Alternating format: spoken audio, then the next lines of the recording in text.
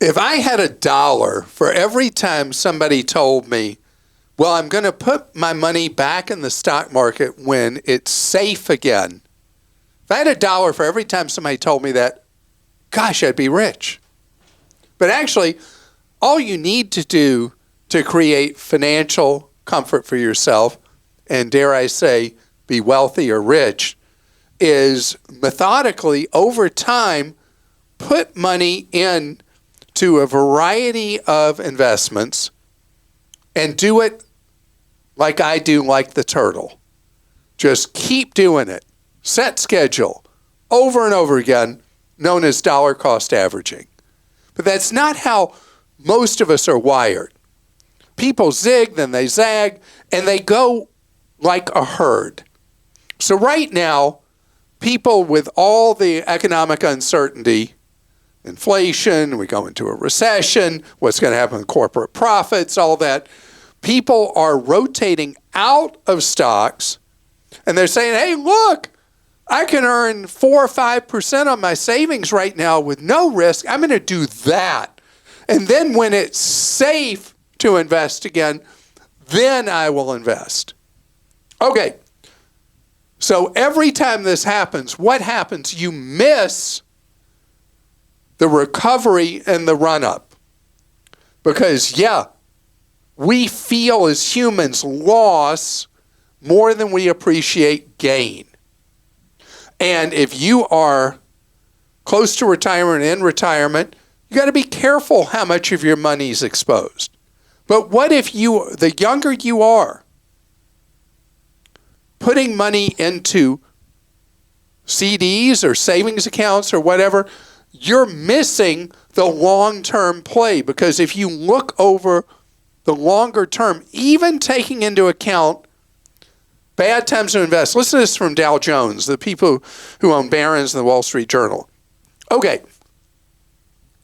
So if somebody had money in the stock market, diversified in 1999, they put it in or had money in just before the dot-bomb era. If you're not of an age that you knew what that was, there was this frenzy of speculative investing in the 90s in these new dot-coms, known ultimately as the dot-bombs. All these story stocks of people who said, hey, this is going to be great. We're going to deliver this or deliver that or whatever. Just look up Webvan if you want to know what I'm talking about. And you'll see a company that lost billions of investors' money and then did a belly flop, bust. And there's one after another like that. And so somebody went in 99 and said, hey, this is what I got to do. I got to be in all these dot bombs that then were the dot coms. They were going to go all the way to the stratosphere. Even somebody who did that, but stayed in through the bust, and then stayed in through the banking scandals that led to the Great Recession, rode things all the way down to the bottom in 2009.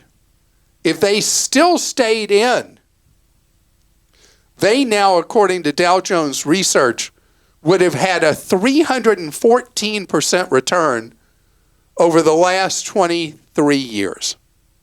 314% return on their money.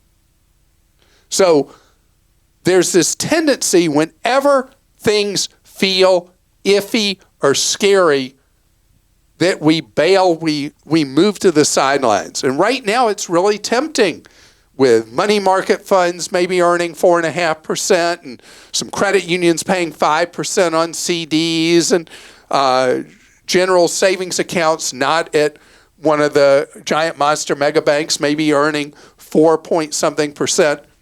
That like, okay, I'm earning on my money and I feel safe there.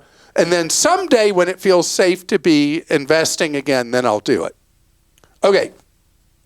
So that runs completely contrary to how I think. You got to do what feels right to you. But let me tell you, long term, the way you make money, steady as you go, well diversified. Steady as you go, well diversified. That means for most of us, that might be In a Roth IRA, it might be in a 401k, where you put in every pay period or once a month, you're putting in a set amount of money, spread apart. Could be in a target retirement fund. It could be in a variety of index funds. So you own different pieces of many different parts of the investing community. And yes, you'll have short-term downs, but you'll have long-term ups. You can look at pretty much any investment cycle through the modern era, going back, I guess, to the 1800s, and you'll see that time in the market is your friend, not trying to time the market. The longer you're in, the longer you play, the longer you ride, because if you believe in the fundamentals of the free market, of what entrepreneurs do, of what business owners do, what people who risk it all to make it happen, over time, people create new ideas, new opportunities, new inventions that come to market. And that's why societies over time become wealthier. But who does wealth ultimately flow to?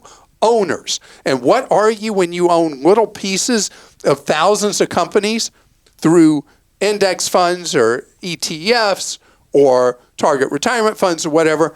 You are an owner of a small amount of many, many different things. And so over time, you create wealth as economies grow, and you have your piece of the pie. But if you try to time when it's safe to be in or when it's best to get out, that is an impossible thing. That is a mathematical impossibility to pull off. Because when a market starts to recover, whenever that is, each cycle, the greatest gains happen in very few trading days very early. So I am the turtle. I'm steady as you go. And that's an ultimate ticket to wealth. You live on less than what you make. You invest, you diversify, and you create wealth. That's why I'm obsessed with Roth IRAs. That's why I'm obsessed with you contributing to a plan that is offered to you where you work to create that long-term financial security and ultimately financial independence.